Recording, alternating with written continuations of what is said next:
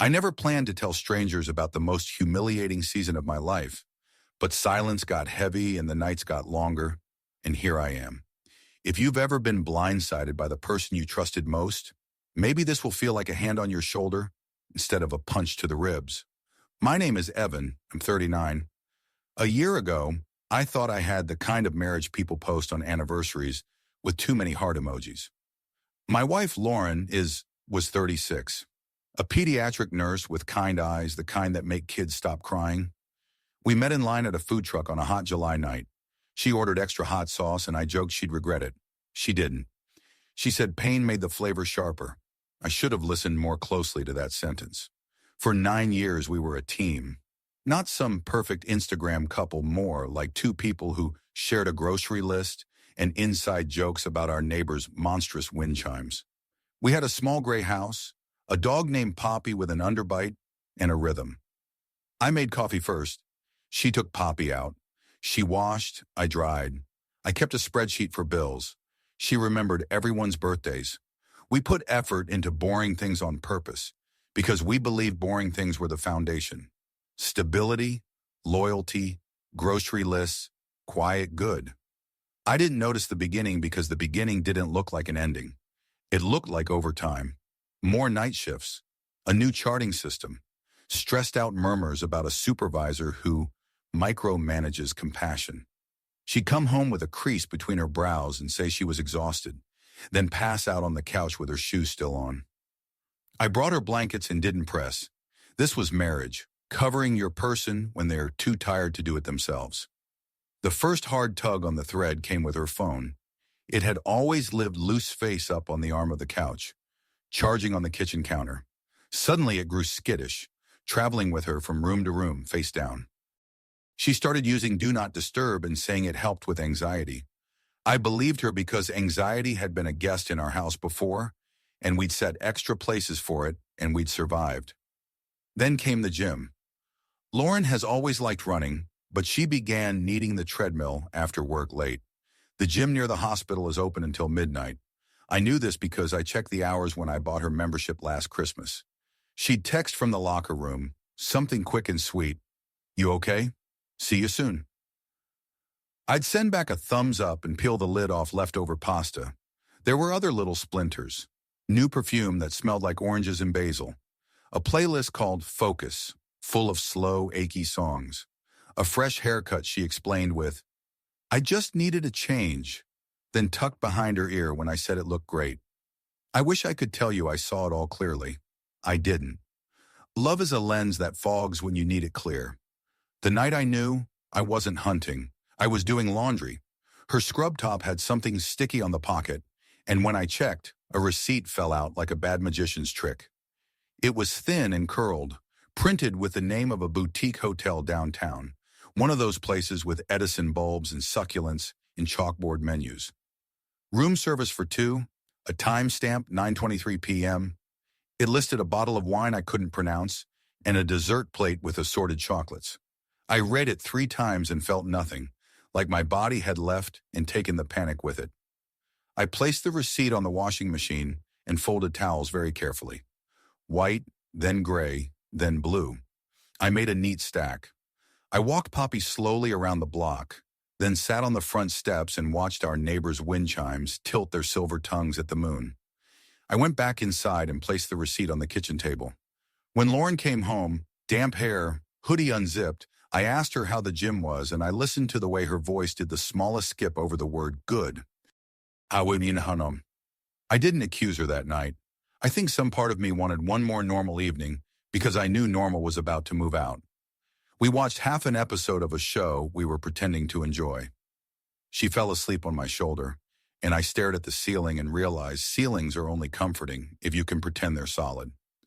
The next morning I woke up before her, made coffee, and slid the receipt across the table like a slow card trick. I said her name the way you say someone's name when you're about to ask them to stop the car.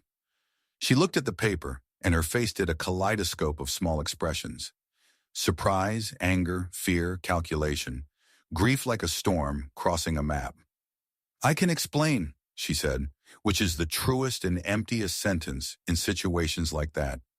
She tried, She said a coworker, a friend, had gone through a bad breakup. They'd gone for drinks. He'd had too much. He couldn't drive. They'd booked a room so he wouldn't risk it. She swore she slept on the chair. She held my gaze like it was a rope and said, "I knew how it would look. I should have told you. I didn't want you to worry." I listened because marriage had trained my face not to flinch. I asked his name. She swallowed and said, "Ethan." I had never heard of an Ethan. I pictured a tall laugh in designer sneakers. I pictured him knowing what the chalkboard menu meant without Googling it. I pictured his hand on the small of her back. Guiding, practiced. I didn't raise my voice. I said, "Okay." I said, "I want to believe you." I said, "Can you show me the text that set this up?" She froze. For a second, the kitchen got so quiet I could hear Poppy's toenails clicking from the hallway. Then her voice softened into something like pity. "I don't want to live like that, Evan. I can't hand my phone over every time you feel insecure." I didn't ask to see her phone again. Instead, I apologized for the request. That's the kind of blindness love becomes when it's scared. Life kept walking forward with both shoes tied together. Lauren got quieter. I got careful. We stopped reading in bed.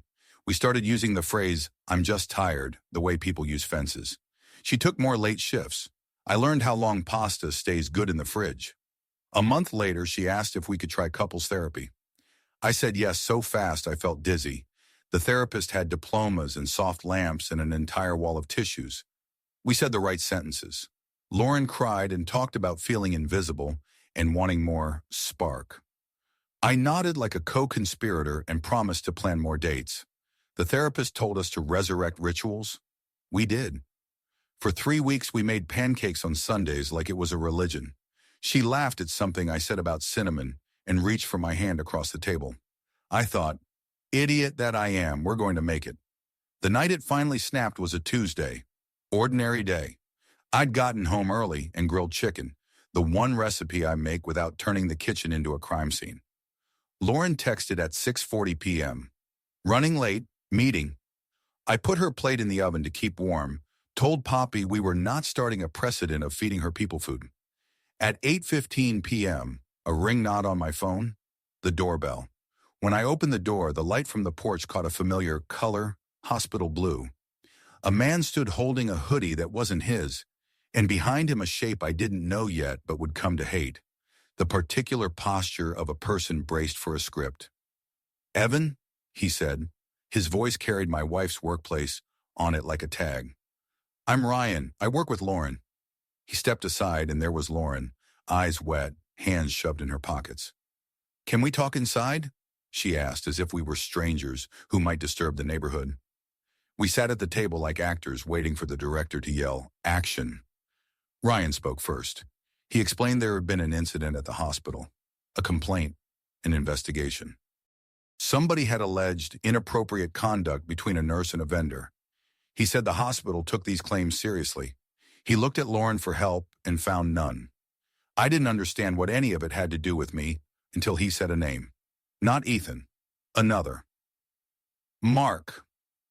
A medical devices rep who'd been in and out of the pediatric wing for months. Rumors. Cameras. Off-site meetings. My stomach did something slow and ancient. I asked Ryan why he was the messenger. He said he'd driven Lauren home because she was upset and he didn't want her to be alone. He said he thought it was better if I heard it from someone neutral. Neutral. He left as quickly as he arrived, with an awkward pat on my shoulder, leaving a wake of manufactured goodwill that felt like dust. Lauren wrapped her fingers around a mug and didn't drink from it. She said it wasn't like that. She said hospitals were gossipy. She said she and Mark had grabbed coffee twice to talk about pediatric patient compliance because his company had materials. She said people were small and jealous. She said a lot of things that all meant the same thing. She needed me on her team again. One last time. I wanted to be. I wanted to rewind to the hot sauce joke and get stuck there. But something about the name shift from Ethan to Mark blew a hole through the wall I'd been pressing my back against. All the oxygen rushed out. I told her I needed a walk. I put on my shoes like a normal husband going outside instead of a man trying not to scream. I walked our loop, then another, until the same porch light was on in 3 different houses and Poppy's ears perked at my key in the door. Lauren was on the couch, knees to chest. When she looked up, her face was a ruin. I sat across from her because I didn't trust my legs near hers. "Tell me the truth," I said. 3 words that weighed more than the couch. She did in the way that people do when they finally guess that the truth is the only path that doesn't lead to a cliff. She told me about a wellness conference. She told me about a laugh that made meetings less awful. She told me about drinks that turned into a kiss in a parking garage. That didn't mean anything, except it did. She told me it had only been a handful of times, like quantifying poison made it medicinal. She told me she'd stopped, wanted to fix us, wanted to want me. She apologized so precisely it felt rehearsed. I listened to the whole confession, holding a pillow against my stomach, like it was the only thing keeping my insides inside. When she finished, there was a silence that felt like the first cold snap of winter when you realize your windows leak. "I don't know what to do," I said finally, and I didn't. For the record, for anyone who thinks they'll know, you won't. Whatever you imagine about yourself in theory brave, decisive, ice-blooded isn't the version of you that shows up when the person you love detonates the room. The version that shows up is the one who still sees their wedding day in your peripheral vision, no matter where you look. We tried. Again. Therapy. Again. The therapist added homework, eye contact for 5 minutes a day, gratitude lists, weekly date nights that felt like job interviews for positions that had already been filled by ghosts. Some days I'd catch a real smile from Lauren and think of our first apartment and our air mattress that squeaked when we turned over. Some nights she would turn to me in bed and place her palm on my chest as if to check my heartbeat. I would breathe so carefully for fear that if I exhaled too forcefully, the moment would blow away. 2 months into our second attempt, I woke at 2:11 a.m. and reached for her out of habit. My hand found cool sheets. I padded into the living room. The glow from her phone lit her face pale blue. She didn't hear me. She was typing fast, then deleting, then typing again. The screen reflected a top bar with a name. It didn't say Mark. It said unknown. It said no caller ID. It said, in the way a person's posture says something, still. I didn't confront her in the glow. I went back to bed and stared at the ceiling that, once again, was not a ceiling. The next day when she was at work, I did the one thing I swore I'd never do. I opened our cell account online. I told myself I was checking data overages, like budgets were the emergency. There they were, repeated numbers, late nights, lunch times, a cluster of calls on the day we made pancakes, and she laughed at my cinnamon joke. Everything after that felt like I was acting in a movie I hadn't auditioned for. I printed the call logs because screens are somehow less real than paper. I bought a small notebook and wrote down dates I recognized, hotel receipt, certain arguments, the Tuesday of the hospital visit, and matched them to calls.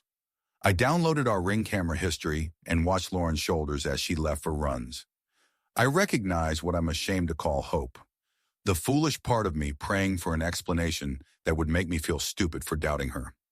What I found was footage of her stepping off our porch at 10:14 p.m., turning left when the gym was to the right.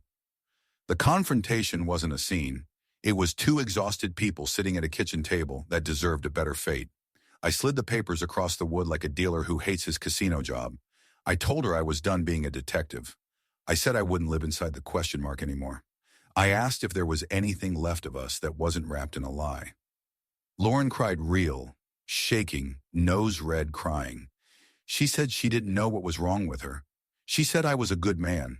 She said our love was comfortable, and she'd been afraid she was disappearing into it. She talked about wanting to feel awake and how easy it is to confuse adrenaline with truth. She asked me to forgive her the way you ask for a weather change. She said the words starred over, like a magic trick. I told her I was going to a hotel for the night. I packed a bag and put dog food in Poppy's bowl. Lauren reached for my arm at the door, and I had that awful cinematic sensation of muscle memory, how perfectly my elbow knows the angle of her fingers. My body did a tug of war with my mind and lost, because I walked out anyway. I didn't sleep at the hotel. I stared at a tacky painting and watched the red numbers of the clock change shape. In the morning, I called a lawyer, the least romantic sentence I've ever said out loud. The lawyer had a gentle voice but used firm words. He told me what states do to marriages when they break. He told me what to expect. He told me to gather documents. He told me not to send rage texts, which is both good legal advice and decent human advice. When I went home, Lauren had made French toast like we were playing house. I told her I'd spoken to a lawyer. She sat down hard on the kitchen floor like her strings were cut. Then she said something I will never forget because it was both honest and cruel. I didn't think you'd actually leave. The next weeks were logistics dressed as grief, splitting accounts, unfollowing holidays, rehoming inside jokes. Our therapist gave us a list for conscious uncoupling, and we tried to check boxes like we were still us, the team with a grocery list. We failed often. I cried in a supermarket aisle because I couldn't remember if she liked the chunky salsa or if that was me. She texted me photos of Poppy asleep with her tongue out. I ignored them and then zoomed in and stared at the pictures anyway. The day I moved out, the sky was ambitious blue and our neighbors' wind chimes were quiet for once. My brother helped me carry boxes, the one with old sports trophies and the one with my grandmother's chipped teapot. Lauren stood in the doorway in leggings and an old university hoodie and said she was sorry again. I nodded because I couldn't think of safer words. When I picked up Poppy to kiss the top of her head, Lauren asked if she could keep the dog for now, so her nights weren't so loud. I said yes because sometimes love keeps leaking even after you've boarded the windows. I got a tiny apartment above a bike shop. It smelled like chain oil and cinnamon from the bakery next door. The first night, the silence was a physical object. I ordered a cheap floor lamp online and set it up at midnight like putting up a flag on an empty moon. I slept on a mattress on the floor and realized that being the person who was faithful doesn't make the bed warmer. Grief is unglamorous. It's forgetting your charger and crying in your car. It's opening a cabinet and seeing 2 mugs you bought as a set and not knowing whether to throw one out or keep it like a relic. It's telling friends you're fine because they look so worried it exhausts you. It's your mom calling and asking if you're eating, and you say yes while picking at toast. It's walking down the cleaning aisle and seeing her brand of glass spray and standing there like you've forgotten how stores work. It's also surprising. 3 weeks after I left, I took a long walk and realized I'd gone 20 minutes without thinking of her. I felt guilty, then relieved, then guilty about the relief. I bought a plant, a pothos, because someone on the internet said they're hard to kill. It hasn't died. I started running badly, then okay, then well enough that a stranger nodded at me like we shared a secret about mornings. I went to a coffee shop and wrote in a notebook like I was auditioning for a version of myself who existed before hot sauce and hotel receipts. Lauren texted me once in that time to say she'd confessed to the hospital that there were consequences. She might be moved to a different unit. She might be let go. She said she wasn't with Mark anymore, that he was not what she thought. She said she didn't know who she was lately. She asked if we could meet for a walk, just to talk like people who knew each other. I stared at the message until my phone dimmed. Then I wrote back that I hoped she got the help she needed and that I wasn't the person who could give it to her. It felt like setting down a backpack I'd carried for too long, even as I missed the weight. The divorce moved the way bureaucracies move, slow until it wasn't. We split our things and signed our names, and the state pronounced us 2 separate facts. I mailed the final envelope and sat in my car in front of the post office and laughed because the sign said, "Thank you for your business." The universe has a sense of humor no one asked for. I know some people want revenge stories. They want the part where I tell her family, where I burn her clothes on TikTok, where I write emails to her boss. There are versions of me in alternate timelines who did those things and felt better for exactly 30 seconds. My version did something less cinematic. I blocked Mark's number that I'd found by accident and deleted the entire call log. I put the hotel receipt in a folder labeled taxes because life is stupid like that. I told her parents we were done and that I wished them well. I told as little truth as possible to people who like gossip and more truth than I thought I could bear to the ones who put soup on my porch. I'd love to end this with a lesson polished like a stone, but healing is messier than that. I can tell you some small truths that were true for me. If you're reading this while wondering about your own receipt, listen to the part of your gut you wish would shut up. Love isn't allergic to transparency. People who want to be with you will show you the phone, the calendar, the story before you ask. If you're the one who betrayed, I hope you stop before you atomize the person who believed in you. If you didn't stop and you're reading this to punish yourself, consider doing something quieter and harder instead. Don't ask your ex to navigate your guilt with you. That's not closure. That's recycling pain. If you've lost your person to the versions of themselves you never met, I am so sorry. Eat the soup. Tell your mom you're eating even when you're not, then eat anyway. Walk until the looping thoughts get bored. Buy a plant you can't kill. Give it a stupid name. Mine is named Phil. Phil is thriving. I still think about Lauren, not in the dramatic, chest-clutching way, but in the way one thinks about a road they drove 1,000 times that now has a sinkhole. I pass the hotel sometimes because it's near the only decent hardware store, and I need light bulbs like everyone else. I glance at the lobby and it looks ugly now, like a set when the cameras are gone and you can see the tape on the floor. Poppy lives with me on weekends. She runs in circles and then flops on the rug like she's negotiating with gravity. When I drop her back at Lauren's, we do a little choreography of politeness. How are you? Good, you?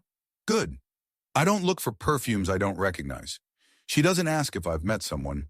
I haven't. I'm learning what it's like to be someone. The other night I realized I'd gone an entire day without picturing the crease between Lauren's brows. I watered Phil and set an extra towel by the shower because I like the illusion of hosting, even if I'm only hosting future me. I made pasta and didn't put it in the fridge because I ate it hot, and that felt like progress. I don't know if love dies quietly or dramatically. I only know that sometimes the loudest break happens in a whisper at a kitchen table while a dog's toenails click in the hallway. I know that sometimes the word space means I want to breathe without your oxygen. I know that you can survive things you wouldn't choose even if someone offered you money to pretend to. If you need a tidy last line, take this one. I wanted to be the man who forgave and forgot and stitched the seams shut. Instead, I am the man who forgave, remembered on purpose, and learned to stop standing in a room that was on fire. It turns out that walking out isn't the same as giving up. Sometimes it's the only way to save the part of you that still believes morning is worth making coffee for. If you're here in the quiet after, wondering who you are now, I can tell you this much. You are not the receipt, the playlist, the hotel lamp, the Ring camera footage. You are the person who made pancakes and meant it. You're the one who carried the boxes and signed your name and bought a plant and laced your shoes. You are against your will and yet somehow on time, still here. And sometimes that is the bravest thing any of us do. If you made it to the end of this story, thank you. It means a lot. New stories like this one are posted every single day. So make sure you subscribe to the channel and turn on the notification bell so you never miss one. And if this story touched you, please give it a like. It really helps more people find our content.